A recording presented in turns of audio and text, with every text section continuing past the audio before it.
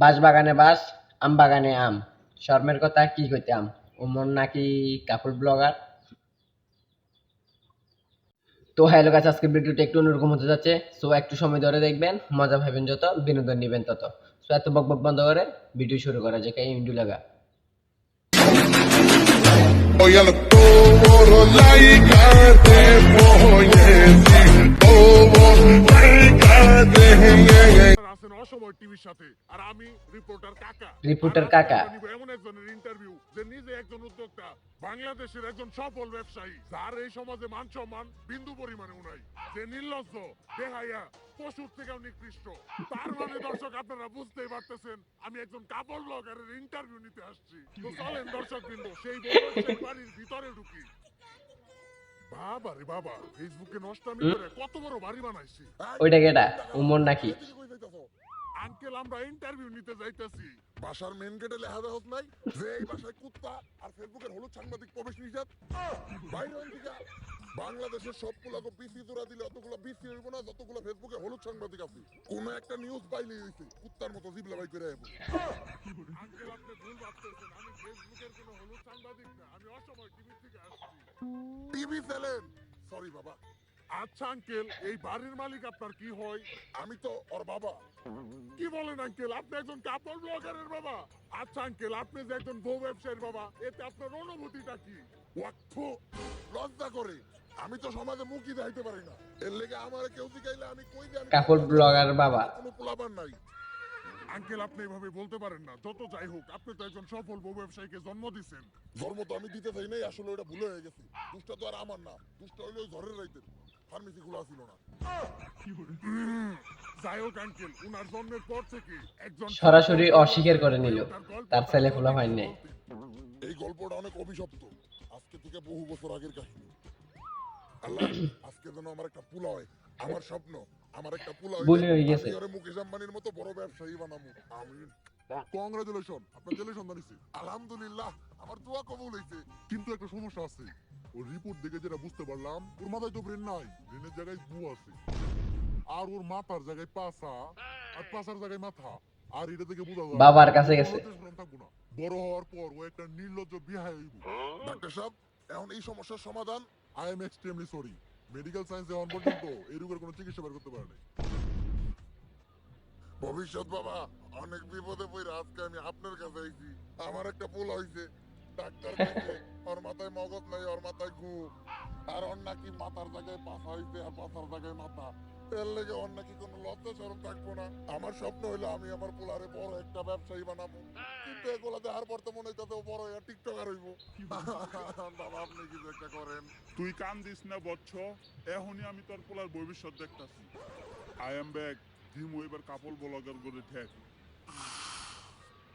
চিন্তা করিস না বচ্চ, আমি এইমাত্র তোর পোলার ভবিষ্যৎ দেখলাম। তোর পোলা বড় একজন সফল ব্যবসায়ী হইব। টাকা কামানোর জন্য তোর পোলা সবকিছু করবো, এমনকি নিজের মান সম্মান পর্যন্ত বিলিয়ে দিব। যাক বাবা, তাহলে আমার পোলারে আমার ব্যবসায়ী বানানোর স্বপ্নটা পূরণ হইব। কিন্তু বাবা আস্তাগফিরুল্লাহ, আস্তাগফিরুল্লাহ, নাউজুবিল্লাহ। আমার পোলা বড় হয়ে কি ব্যবসা করব? বউ ব্যবসা করব। যতটুকু কইছি কইছি আমি অজু করতে হইব। ওরে ধর্ম দিয়ে আমি এক পাপ করছি, ওর কাহিনী কইয়ে আমি আর পাপ কামাইতে চাই না। আস্তাগফিরুল্লাহ নাউজুবিল্লাহ, পোলাপান বলে এত খারাপ হয়? কাপড় ব্লগার কো নাম মুহে নিছি, এখন যে আবার আমার উযু করতে হইব। আস্তাগফিরুল্লাহ নাউজুবিল্লাহ। দর্শক, একজন বউ ব্যবসায়ীর বাকি সফলতার কাহিনীটা আমরা তাদের মুখ থেকেই শুনবো, চলেন। দর্শক, আমাদের মাঝখানে আছে দেশের সবচাইতে স্বনামহীন বিশিষ্ট বউ ব্যবসায়ী সম্রাট। আমাদের লজ্জা শরম নাই, তাই আমরা বউ ইচ্ছা খাই। তো ভাই আপনি কাকে ভাবিরে তো দেখতাছি না। আমরা একটু বাইরে গেছিলাম তো, আপনার ভাবি বোরকা পরা ছিল, তাই ওরে বোরকাটা খুলে আসতে বলছি, কারণ বোরকা পরা অবস্থায় ইন্টারভিউ দিলে ইন্টারভিউতে ভিউ কম আসবে।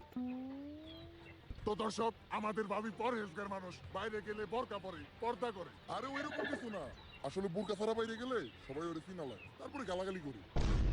এই তো আসছে ওই তো একটা ভাবি। ভাবি আপনি আমার পাশে বসলেন যে? আর এই সমস্যা নাই, আমি কাপড় ব্লগারে বউ না, ভিডিওর বিয়ের জন্য আমি যাদের সাথে বসতে পারি, যাইতে তাই করতে পারি।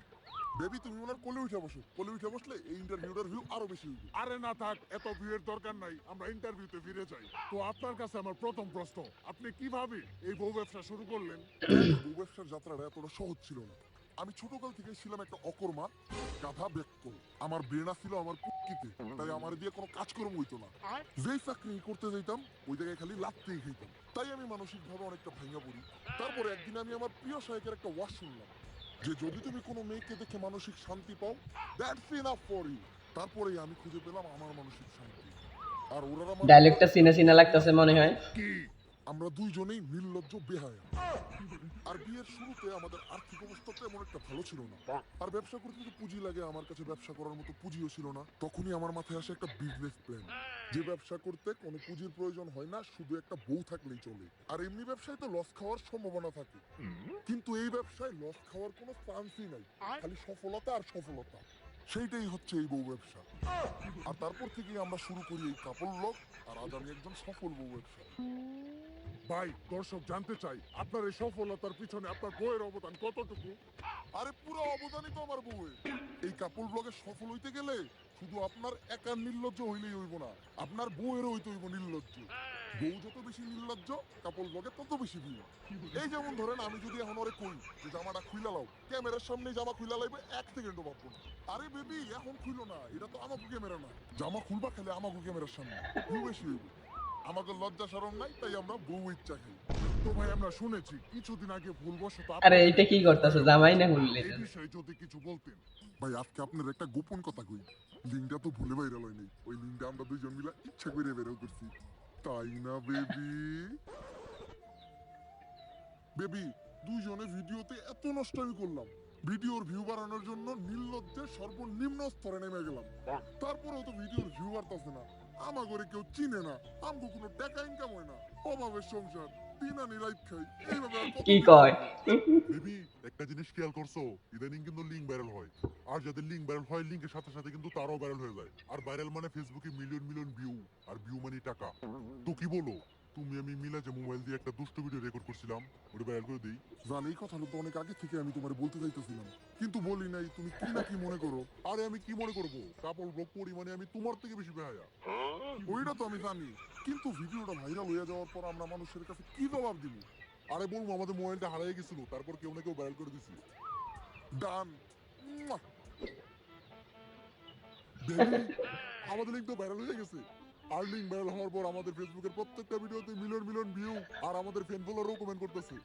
দেখি কি কমেন্ট করছে, আপনাদের এই ভিডিওটা ভালো লাগছে, এরপরের লিংকের জন্য অপেক্ষায় রইলাম।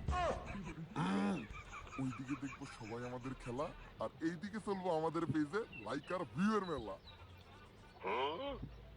এইটাই তাহলে আসল কাহিনী। হ্যাঁ, কিন্তু এই ক্লিপটা আবার ইন্টারভিউতে দিয়েন না, এডিটের সময় এই ক্লিপটা কাইটে দিয়েন। কিন্তু এটা তো লাইভ চলতেছে। আর কি এর ওইটা লিঙ্ক, ওইটা তো একটা শিক্ষণীয় ভিডিও।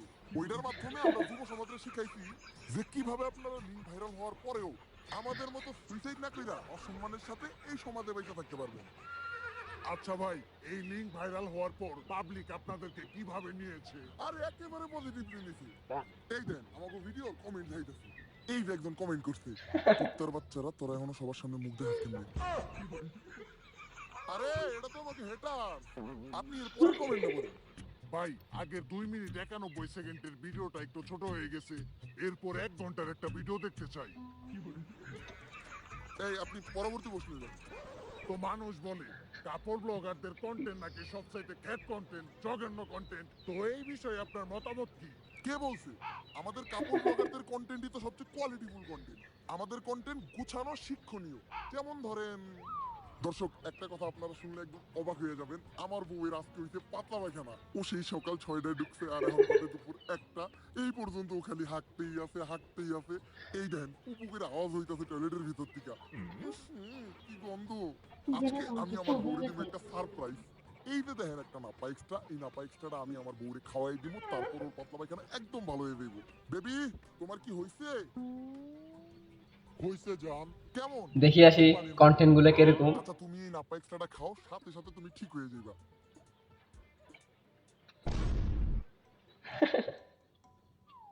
কাম হয়ে গেছে। সারপ্রাইজ! আপনারা ভাবতেছেন যে অজ্ঞান হয়ে পুইরা গেল কে? আসলে ও অজ্ঞান হয়ে পুইরা দেয় নাই। এই প্যাকেটে নাপা এক্সট্রার বদলে ছিল একটা ঘুমের ওষুধ। এইটা ছিল আপনাদের জন্য একটা সারপ্রাইজ। এখন এই ঘুমের ওষুধ খাওয়ার পর ও আরামে ঘুমাইবো। আর ঘুমানোর পর মানুষের টয়লেটে যাওয়ার কোনো চিন্তা থাকে না। তাই ওর পাতলা পায়খানা একদম সমাধান। এই ভিডিওটা যদি ভালো লাগে ফটাফট লাইক, কমেন্ট আর ফলো দিয়ে দেন পেজটা। আসলে আপনাদের কন্টেন্ট অনেক কোয়ালিটিফুল। বুঝি না মানুষ সহ্য করে। আরে ভাই খাইছে, আরে ভাই খাইছে, ভাই আপনি পরবর্তী প্রশ্ন করেন। মরবি। আচ্ছা ভাই আমি যতটুকু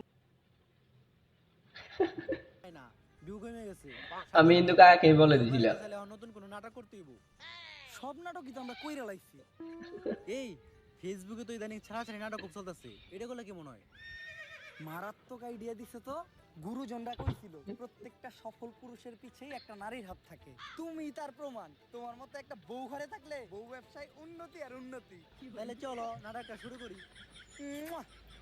আমার সাথে আপনাদের ভাবি শিলা চিট করতে লাইক, কমেন্ট আর সাবস্ক্রাইব করে রাখুন। কালকে রাত্রে ও আরেকজনের সাথে ঘুমাইতে কার সাথে ঘুমাইতে জানেন একটা কোল বালিশের সাথে ঘুমাইতে এই দেখেন একটা নির্লজ্জের মতো আমার সামনে কোল বালিশে জড়াই ধরে ঘুমায় আছে তোর সাথে সম্পর্ক হইরাম না তোর সাথে গাইস একটু আগে আপনারা ভিডিওতে তো দেখলেন সম্রাট আমার মায়ের একবারে বসতে গেছে আর দিয়ান আমার কি অবস্থা করছে আর আমিও টয়লেটে দাঁড়িয়ে লাইভ করতেছি কারণ সম্রাট আমার থেকে ফেসবুক পেজ সব কিছু নিয়ে গেছে আর একটা বিচার করুন বেবি তোমার লাইভ করা শেষ হইছে আমাকে এই নাটকের পর তো আমরা পুরো ট্রেন্ডিং এ পড়ছি কিন্তু মানুষ তো গালি দিতেছে গালি দেখ ভিউ তো হইতাছে ভিউ থেকে টাকাও তো হইতাছে এই ট্রেন্ড থেকে যখন আবার আমরা নাইমা যামু তখন আবার আমরা মিল হয়ে যামু ওইটার ভিডিও করমু তখন আবারও আমরা আলোচনায় আসবো টেকা হ্যালো বন্ধুরা, ভিডিওটি এই পর্যন্ত। আপনাদের কাছে এই ভিডিওটি কেমন লাগছে অবশ্যই কমেন্টে জানাবেন। আর আপনারা যদি আমার চ্যানেলে নতুন হয়ে থাকেন তাহলে সাবস্ক্রাইব করে পাশে থাকবেন। ইনশাআল্লাহ অন্য কোনো ভিডিওতে দেখা হবে। আল্লাহ হাফেজ বন্ধুরা, ভালো থাকবেন সবাই। ওয়েট নামটা মনে রাখবেন, দিস ইজ জাবের।